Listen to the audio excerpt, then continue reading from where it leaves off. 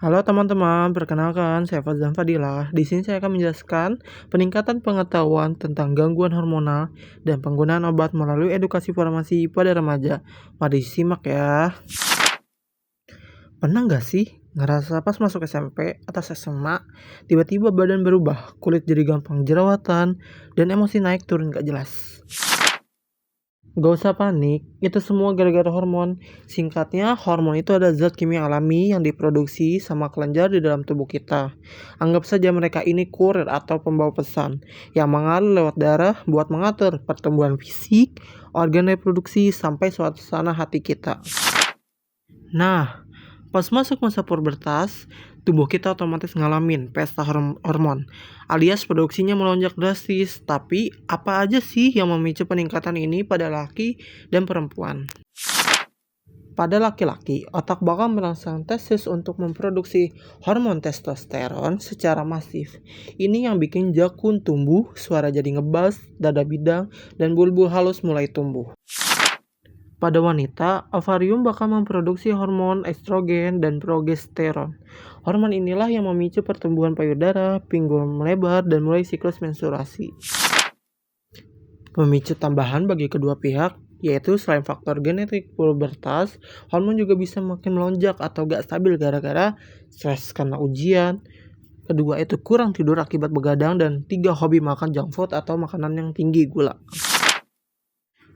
Penyalahgunaan obat, di mana karena perubahan fisik tadi sering bikin gak percaya diri, banyak remaja yang terjebak jalan pintas akibat terpengaruh tren viral di media sosial.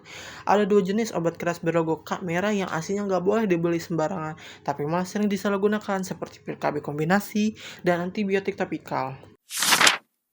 Pil KB kombinasi itu bertindak sebagai pertahanan 3 lapis yang menghentikan produksi sel telur sekaligus memblokir jalan masuk sperma.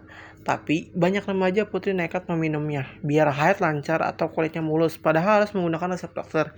Contohnya itu ada Yasmin, ada Dian 35, dan ada Microgynon. Antibiotik topikal atau oral. Antibiotik bekerja seperti pasukan khusus yang datang untuk membasmi kuman pengacau, sekaligus meredakan kerusuhan bengkak di kulit wajahmu. Tetapi ada beberapa remaja sering beli bebas di online shop buat mengempeskan jerawat meradang tanpa tahu dosis dan durasi yang benar, padahal itu tidak dianjurkan. Contohnya itu ada antibiotik jenis oral doxycycline dan Tapika itu ada clindamycin atau mereknya Clindala. Bahaya konsumsi obat sembarangan itu seperti apa sih? Ingat teman-teman, obat keras itu punya efek samping sistemik yang gak main-main kalau diminum tanpa pengawasan medis.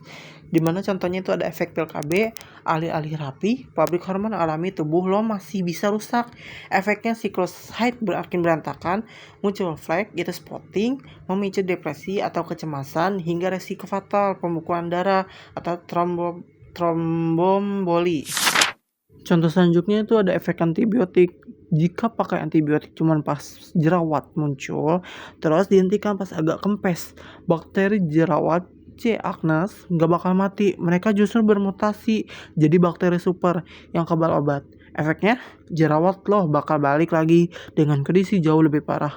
Benanah, bikin bopeng permanen, dan besok-besok diobatin pakai obat biasa udah nggak mempan lagi. Solusi aman dan apa yang diperbolehkan. Jadi untuk jerawat, daripada minum obat, mending pakai obat luar topikal yang dijual bebas over the counter, yang dimana cari skincare atau salep yang mengandung asam salisilat BHA untuk membersihkan pori-pori, atau benzoil peroksida untuk membunuh bakteri jerawat tanpa bikin kebal. Untuk nyeri haid ringan, bagaimana caranya? Jadi untuk itu nggak perlu langsung minum obat keras. Coba kompres perut pakai botol berisi air hangat, istirahat yang cukup, atau kalau nyeri banget nih, minum obat pereda nyeri yang aman dan dijual bebas seperti paracetamol sesuai dosis di kemasan. Yaitu dan selanjutnya juga yang paling penting itu gaya hidup. Perbaiki jam tidur, kelola stres, dan kurangi makanan berminyak atau manis-manis ya. Peran orang di dunia kesehatan itu seperti apa sih?